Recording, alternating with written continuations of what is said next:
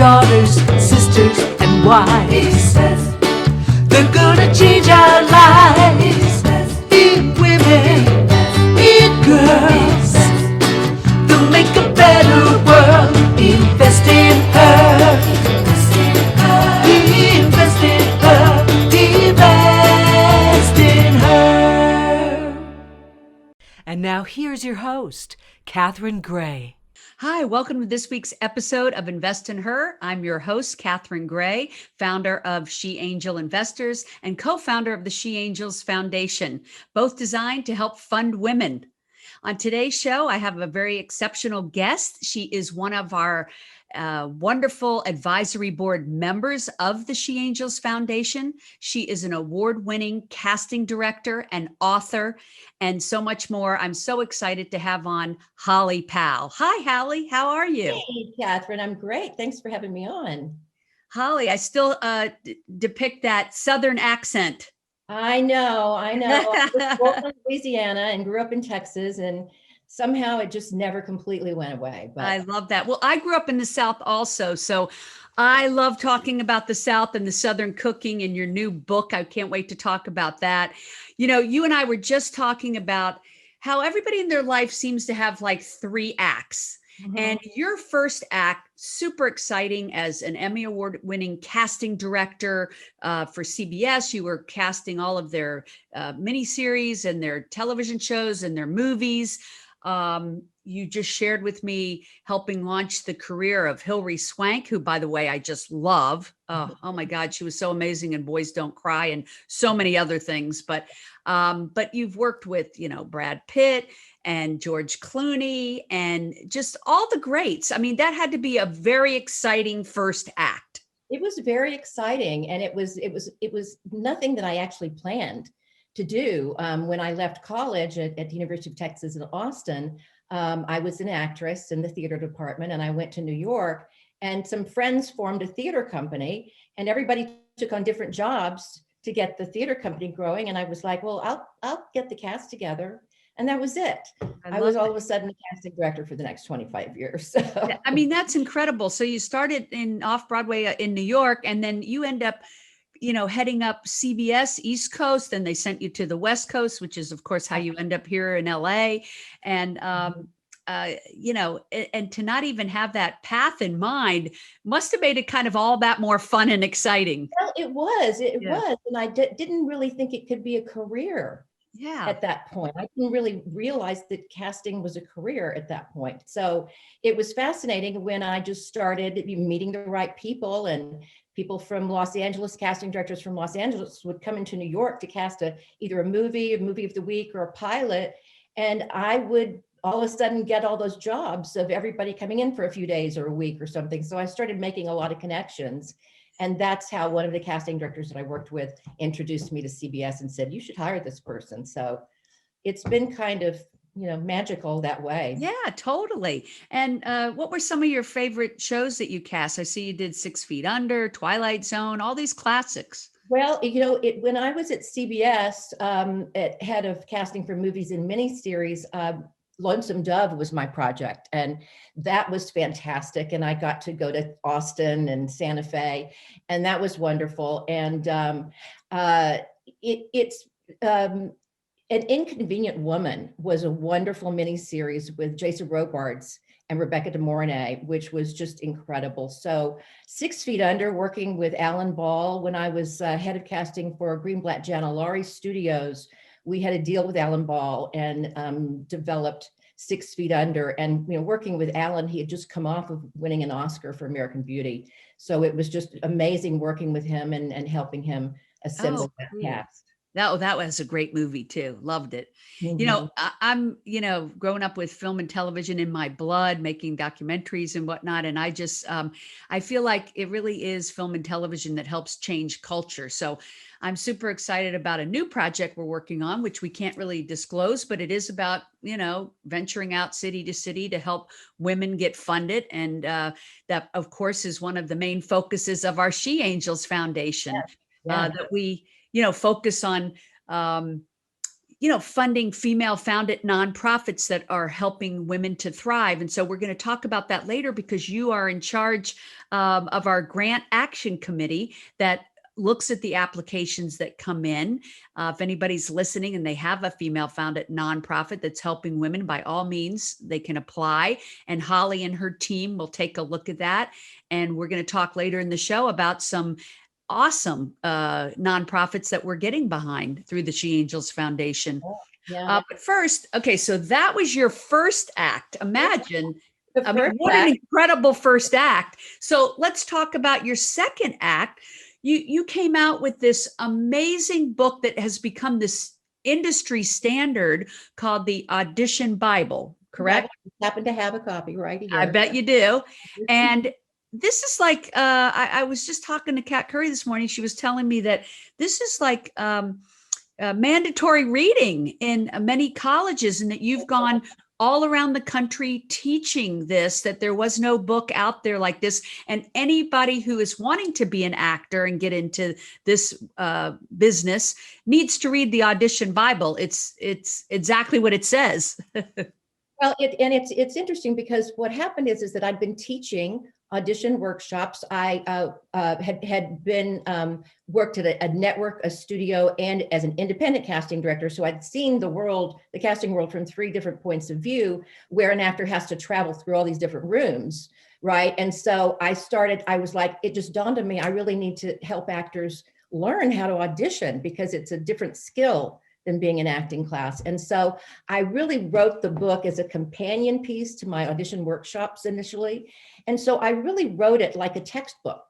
And so you can read it if you're just wanting to know one thing, like, what should I wear to the audition? And you can just turn to that section of the book. It doesn't have to be, read cover to cover. So it's, I think that's why it's been very popular in drama schools. American Academy of Dramatic Arts has it in New York, and because they can read a section of it, chapter Right. 3, and work on that. But what happened is that I started teaching these audition workshops, and I just have now entered what I call my third act. And I think part of it really happened during this last year in lockdown, when I wasn't going to the colleges to teach and everything shifted to Zoom. And I started writing really the third version of my mother, Mavis Powell's cookbook, called Mavis's Kitchen. Yeah, now let me blow your horn here a little bit. I love this book, and I love, I don't want to brush over the fact that you are reinventing yourself for the third time, because people get fearful of that. I think especially successful women, like, what am I going to do with my third chapter? And I think that what you're doing is amazing. I love this book. I think every family that has a cook in it should do this. I just want to say that I loved reading about how you initially did the first version of Mavis's, your mom's cookbook, when she turned 90. And then did this new revision version that's so cool when she turned 95. And I just love that it captures her life. So it's not just recipes, it's her story. And the story is fascinating, because she grew up in the Depression, Louisiana. Right. You grew up in Louisiana. Then at 6, you said you moved to Texas. So you've always been a Southern girl. And these are all Southern recipes. Yeah. I love that. I love biscuits and gravy. During that time, she grew up in the Great Depression. Her parents had what they called a marked house, which the hobos of the time would be looking for food. And so they would mark houses or places where you could go rest or get food. And so Mom grew up with my grandmother having big pots of stews and soups, always boiling on the stove. And so if a hobo came by, they would come to the back door, and they had a beautiful little bench under a tree set up, and they would feed anyone who came by. And so Mom's passion of serving people developed into her being this amazing hostess. And so she took her skills of hosting massive parties for Bob Hope and Liberace through the theater that my father was the chairman of. So and I love that these stories are in this book. That's what I love. Like the story about the hobos, which for younger people, they might not even know what a hobo is. Right. But It's a homeless person during the Great Depression. exactly. Lost jobs, right? Right. It's familiar to what we're going through now. And what they did was they hopped trains and went through different towns to find work, and left their families behind for the most part. And so they were hungry along the way, and they developed a hobo code of, this is a dangerous area, stay away from this house, they have guns, go to this place, they have food. So they started this whole code, and it's fascinating. And what happened is that my niece, Shannon, who lives in Houston, Texas, and I started thinking during what we're going through now with the coronavirus, that it was just the perfect time to rewrite this book of what Mom went through in the Great Depression and what we're going through now. Mom's philosophy was always, what do you have in your freezer, fridge, or shelf? And that's what you have for dinner. Yeah, and we kind of had to do that during this coronavirus. Now is we're looking around because you don't want to go to the grocery store very much. You limit your trips. And so we rewrote this with what we've been going through with the coronavirus in mind. So that was real. So that's what I did with my coronavirus vacation. Right. So this is the third rendition of the book. It's the third rendition. I love it. Well, there's photos of your parents in here. There's the recipes. There's the stories. Even I love the page where there's all these signs that they put up for the hobos, like, because there's like 20 different signs. And your mom would talk about how they would literally leave the door open, put the sign up, anybody's welcome. And lock their doors. They weren't afraid of the hobos coming through town. And really, it does, we really look around with what we've gone through this year, and everybody has really been, helping others. And I think it's so fascinating that you and Kat formed, She Angels during this coronavirus time, where helping people, women helping women.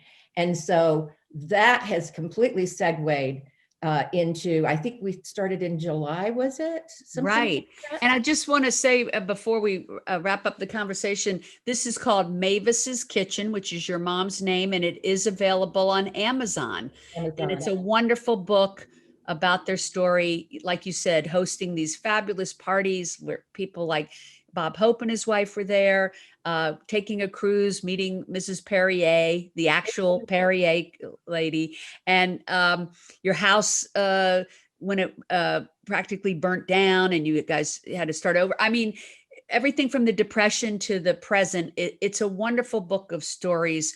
And like I said, if anybody has a cooking family, it's you're really going to enjoy this, and might even think of doing something similar yourself.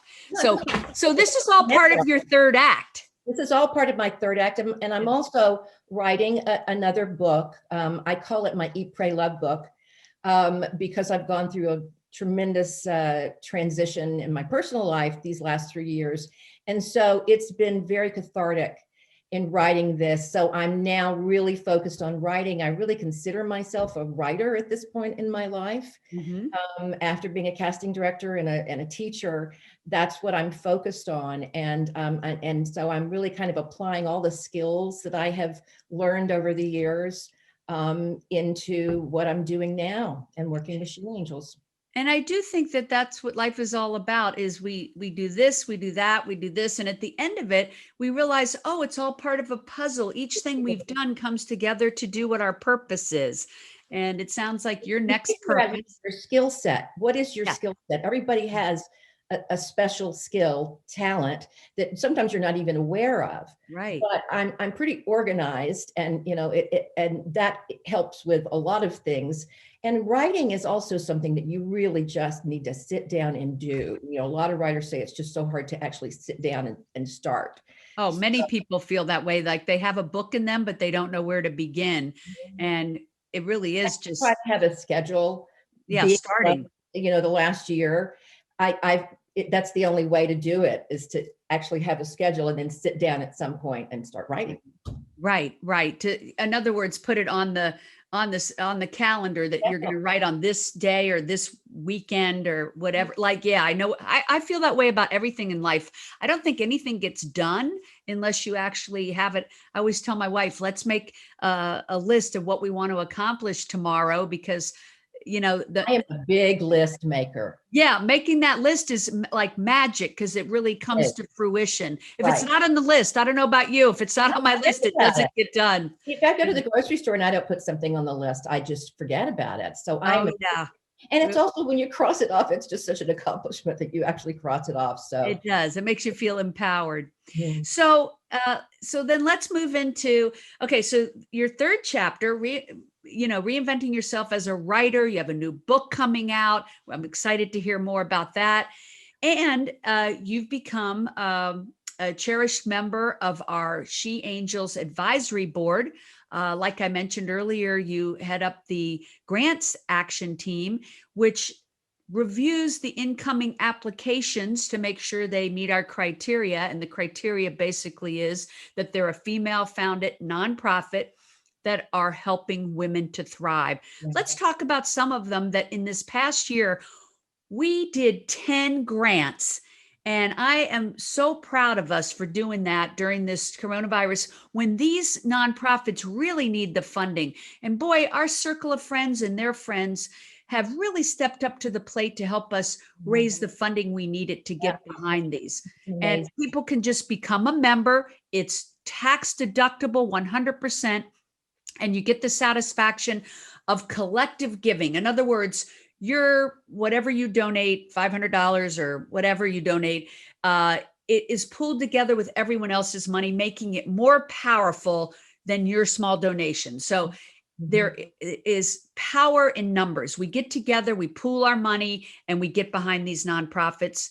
And we also have online and in person, when we can, gatherings. So you get to socialize with other amazing women like yourself that are part of this foundation.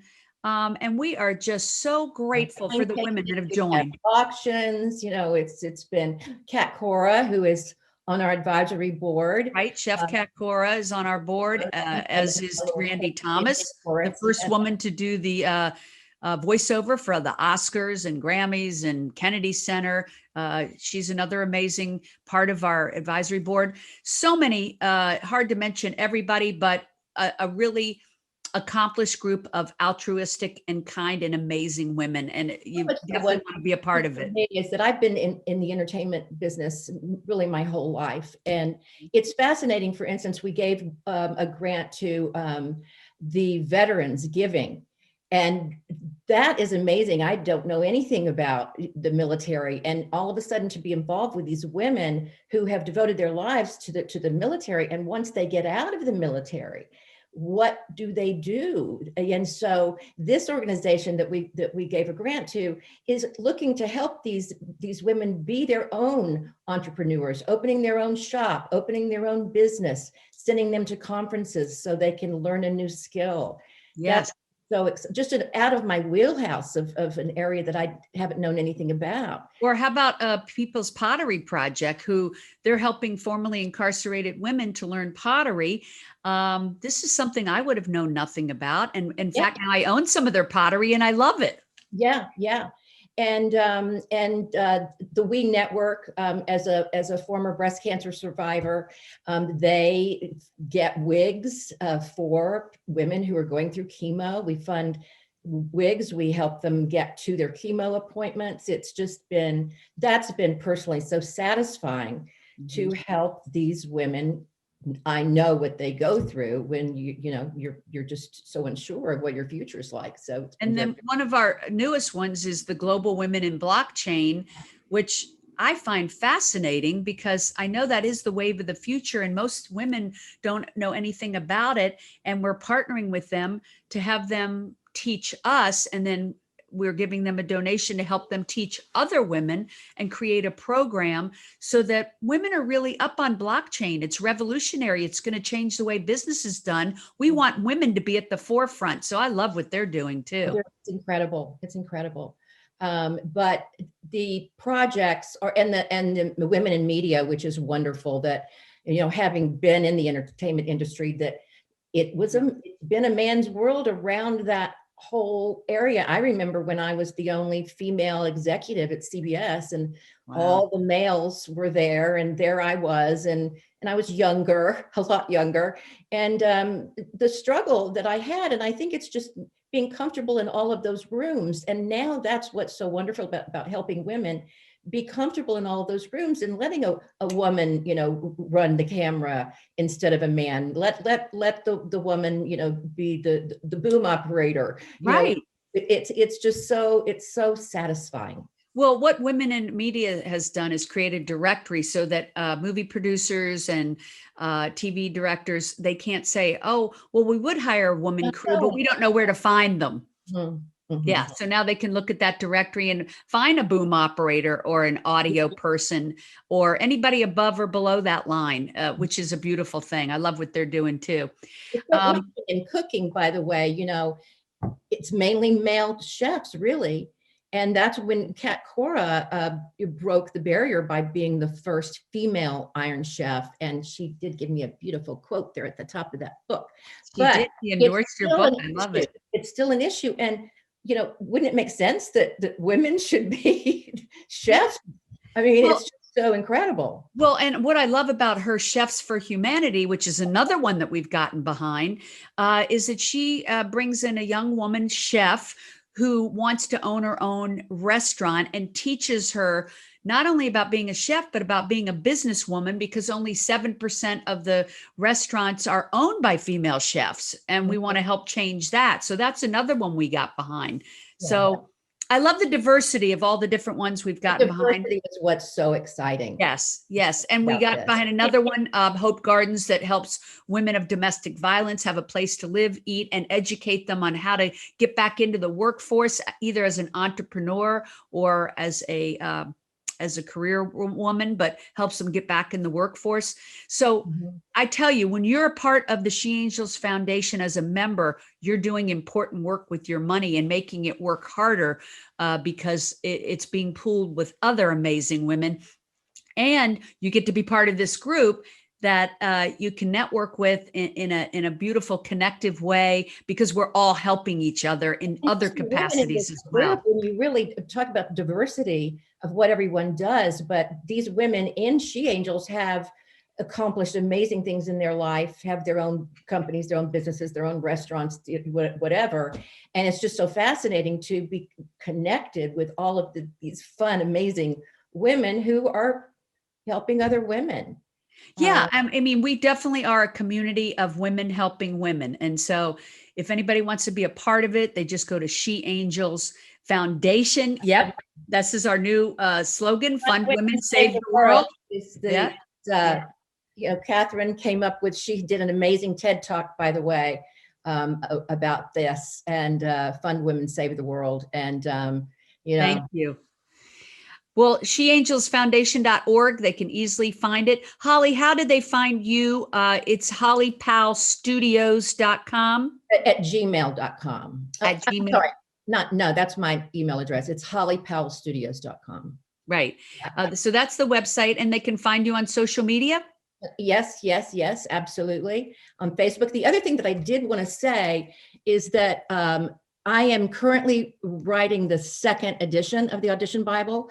I didn't know that the distributor called like last week and said, hey, we're almost out of books. And my publisher and I were like, well, wait a minute. I don't want to just redo this one, because how much has changed in the last year. Right.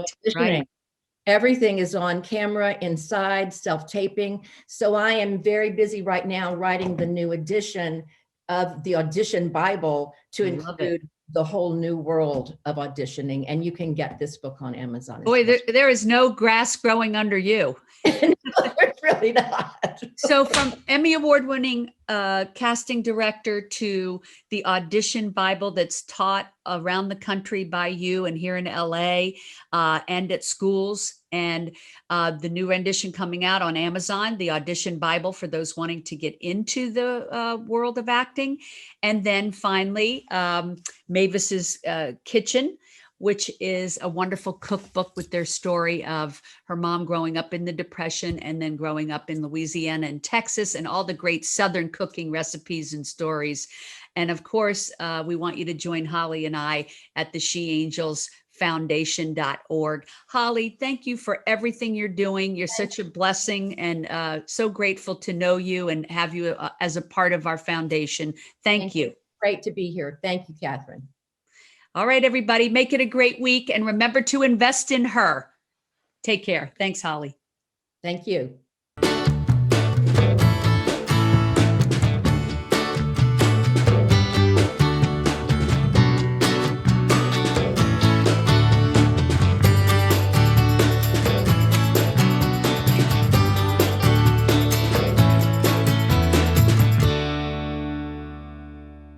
Our theme music was created and produced by Lindsay Tomasic.